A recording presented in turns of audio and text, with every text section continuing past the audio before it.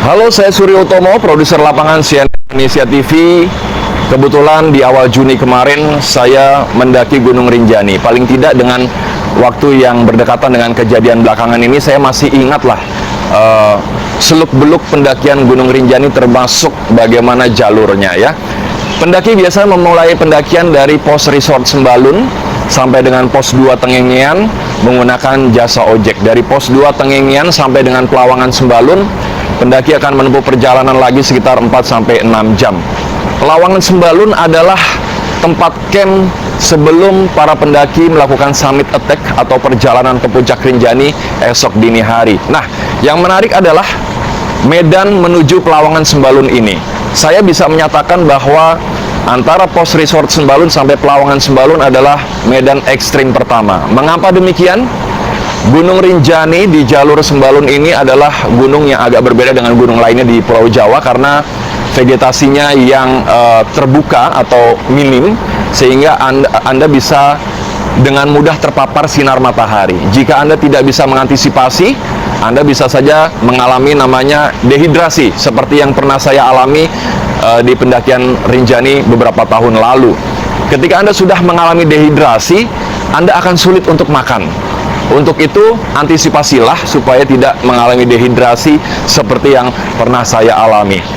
Jalur Sembalun dari pos resort Sembalun sampai dengan Pelawangan jaraknya 8 km. Bayangkan, 8 km Anda bisa cicil dengan menggunakan ojek, lalu Anda sisanya harus berjalan kaki. Selepas itu, sebelum mencapai Pelawangan Sembalun, ada namanya daerah 7 Bukit Penyesalan. Ini para pendaki juga sudah pada tahu mengapa disebut 7 Bukit Penyesalan, karena ketika sudah mencapai titik itu, pendaki seolah-olah putus asa untuk mencapai Pelawangan Sembalun, namun kalau mau turun terlalu jauh ya, jadi sudah berada di tengah-tengah.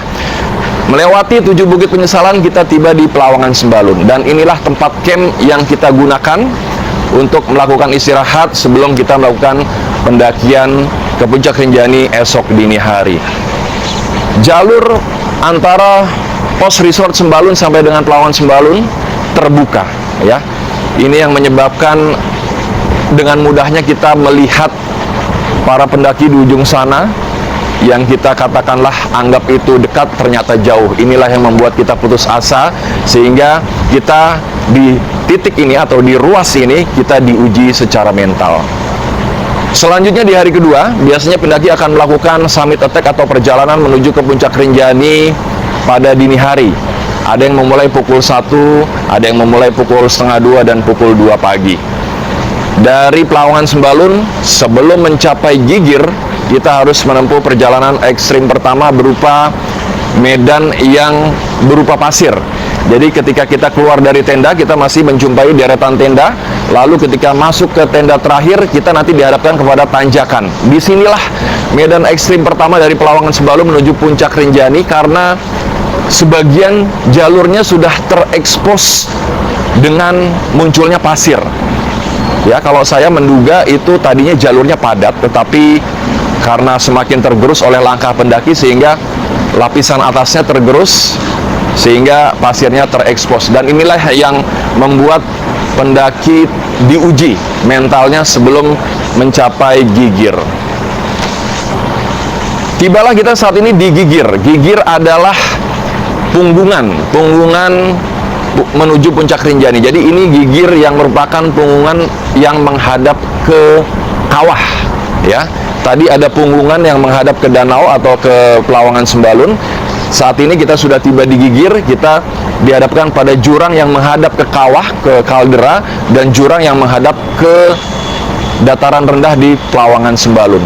Jika pendaki tidak waspada, maka bisa saja pendaki akan mengalami kecelakaan, dalam hal ini mungkin terjatuh dan kemudian terjerembab ke dalam jurang yang bisa membawa Anda terperosok ratusan meter. Untuk itu, saya menyarankan ketika Anda sudah tiba di Gigir, Anda lihatlah langkah-langkah pendaki lain di depan Anda supaya Anda tidak melenceng semeter atau 2 meter. Kadang kalau kita melenceng semeter 2 meter tanpa penerangan, kita bisa menginjak tanah yang miring dan kemudian labil, dan itu bisa mengakibatkan Anda tergelincir masuk ke jurang.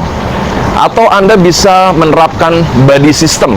Ya, buddy system artinya Anda dengan satu orang teman jalan berdampingan, Anda mendampingi teman Anda dan teman Anda mendampingi Anda, supaya ritme perjalanan Anda itu sejalan, seiring seirama, dan kemudian meminimalisasi bahaya yang mungkin menyebabkan Anda terjerembab ke dalam jurang.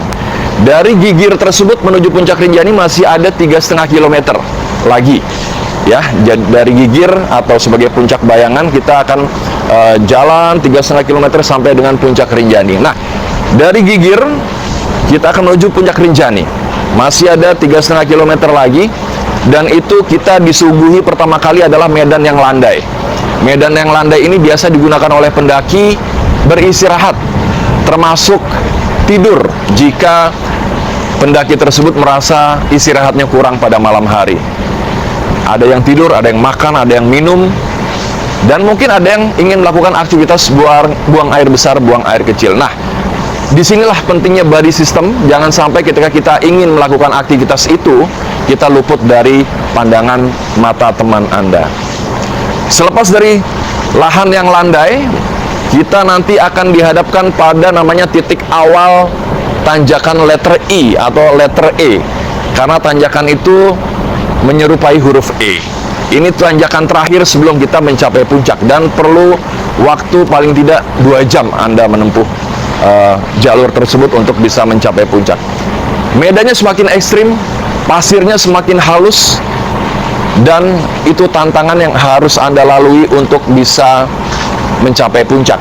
Bayangkan jika kita menginjak pasir, 2 langkah turun 1 langkah, 3 langkah turun 2 langkah. Jadi Anda terkuras energinya dan juga terkuras mental Anda. Anda harus sabar dan yakin bahwa Anda akan mencapai puncak. Namun demikian tetap konsentrasi dan tentunya harus dalam pantauan teman Anda. Begitu kita menyelesaikan tanjakan letter I, kita sedikit lagi tiba di puncak, dan kami imbau juga untuk Anda selalu berhati-hati. Kadang-kadang di pagi hari menjelang sunrise kita berebut tempat dengan para turis asing. Turis asing yang secara fisik kuat-kuat, mereka sudah tiba terlebih dahulu, dan kita hampir saja bisa tidak kebagian tempat. Kita perlu hati-hati karena lokasinya yang memang sempit, dan kita harus berjubel di situ. Jadi kita harus memperhatikan diri kita dan juga teman-teman di sekeliling kita. Begitu sudah tiba di puncak, jangan terlalu lama. Kadang-kadang langit semakin terbuka, matahari semakin tinggi, dan sinarnya semakin terik menerpa kita. Sebaiknya kita turun, ya. Dan ingat, perjalanan turun itu biasanya jauh beresiko dibandingkan perjalanan naik. Banyak pendaki hilang justru ketika turun dari puncak.